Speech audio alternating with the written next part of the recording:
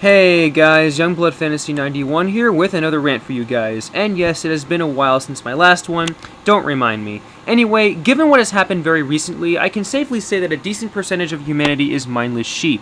And I'm sure at this point this should not be news to you given the fact that thousands of people fell for another cruel manipulation for the upteenth time. I'm talking of course about the furor that has been generated over the so-called predictions concerning the end of the world and how it was calculated that the world would end on May 21st, 2011 at 6 p.m. at Pacific Time. This prediction was rendered by the charismatic and trustworthy religious leader Harold Camping, an 89-year-old dissembling evangelist who said that the world would end in 1994. And strangely enough, seeing that everyone is not, dead, indicates that that particular prediction fell short, didn't it? You see, people fell for that prediction too. Thousands were just as anxious to watch the world end as they were now, as plenty of people associated commonplace events like minor earthquakes into harbingers of doom. They are gullible. Do they not consider the blatantly present possibility that previous predictions like this were as valid as the magic bullet conspiracy theory to explain JFK's assassination? It really is puzzling to see that humanity is capable of reaching an acme in scientific and technological development, and some members of humanity can write with such beautiful eloquence that it makes me admire people like James Joyce and W.B. Yeats, and yet you have thousands of others who are willing to follow anything anyone says. Especially when you discuss Revelation, Ragnarok, the end of the world, and all synonyms, since of course certain religious evangelists, priests, and other proponents of religions will go out of their way to grandstand themselves and make a big deal out of something that could just be another manifestation of their grandiose, delusional thoughts. They do this to promulgate their agendas to others so that they can justify themselves as religious figures, when really they over and over again fall flat on their faces. And trust me fellas, the failed 2011 prediction is not the first time the Catholic religion misled us, and it certainly will not be the last. What the Catholic religion has successfully done again is that it has influenced people to act in a way so that it would fulfill their selfish notions about what they see in this world and their warped perceptions about anything, e.g. the world ending yesterday. Thousands of people have given up their possessions, moved out of their houses, and waited almost patiently for the world to end. And when it didn't, I'm sure they were all saddened and disappointed that their Messiah Harold Camping lied to them yet again, exactly as he lied back in 1994 when he claimed that the world would end based on calculations from the Bible. And what he did say to justify this failed prediction back then? It was a miscalculation! So of course he reevaluated and stated that May 21st, 2011 would be the day the world ends. And perhaps years later, if he is still living, he would say it would be another miscalculation. And the process repeats. I don't think any adherent of camping realizes that his mind is out camping. Permanently. So guys, you may be asking me, how in the world did I come to this conclusion that the end of the world nonsense was, well, nonsense? It was simple, really. I relied on good old history. If history hasn't taught me anything, I would refer to the immortal quote by George Santayana. Those who do not take the time to understand history will be condemned to repeat it. And apparently no one has really got the message, so I guess I will do my best to articulate what history has taught me about the issue. Let's jump back in time to 1843. William Miller, a Baptist priest, has decided to figure out what date the end of the world would take place.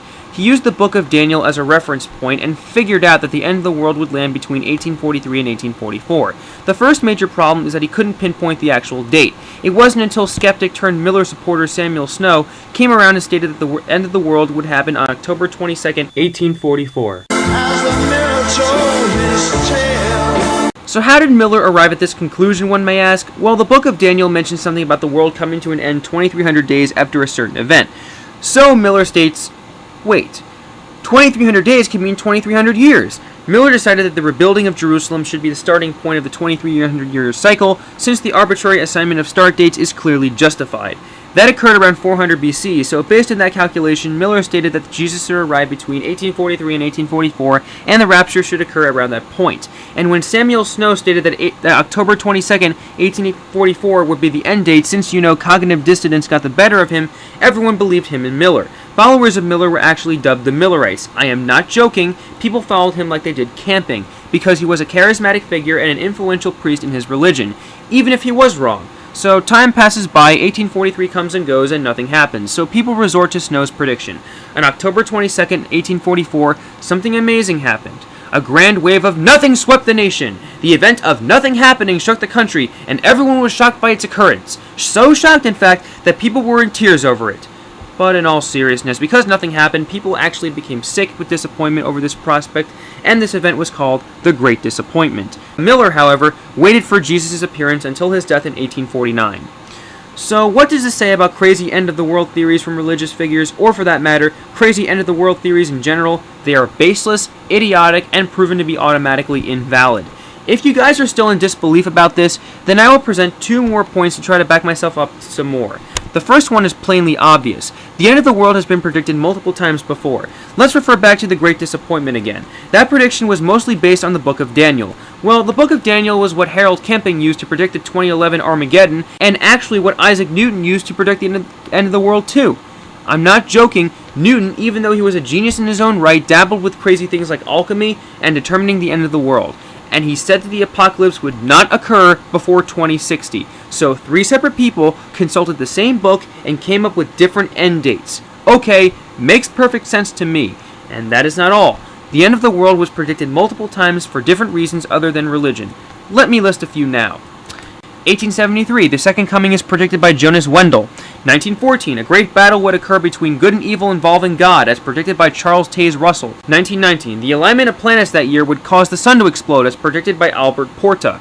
1954, a woman named Dorothy Martin claimed that the world would end on December 21st of this year because aliens sent her a message of this through automatic writing. 1969, Charles Manson predicted a great race war that would end the world forever, in the wake of the Sharon Tate and the LaBianca murders. 1980, a nuclear disaster would destroy the world in that year, followed by 2 decades of conflict, which would finally establish God's kingdom on Earth, as predicted by Leland Jensen. 1990, a nuclear holocaust would occur on April 23rd of that year, and because this was predicted by Elizabeth Clare Prophet, the leader of the New Age religious movement, the Summit Lighthouse, people stockpiled supplies for this event, even though it never happened. 1992, Lee Jang-rim of the Dami mission in Seoul, South Korea, predicted that the world would end on this year on October 28th. In response, the police in Seoul tried their best to prevent mass suicide of the people in that mission, even though 4 people killed themselves anyway. Now do you see why I find these predictions utter crap? But I bet you were wondering what the second point is. You see, psychology plays a major part in this too.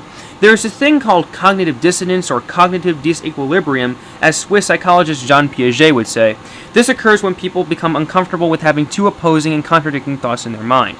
This causes people to reduce the amount of this dissonance by either giving into the other side of the story or believing what others tell them. This could explain the actions of Samuel Snow when he went from outright skeptic to believing William Miller in a matter of 1 meeting with his group.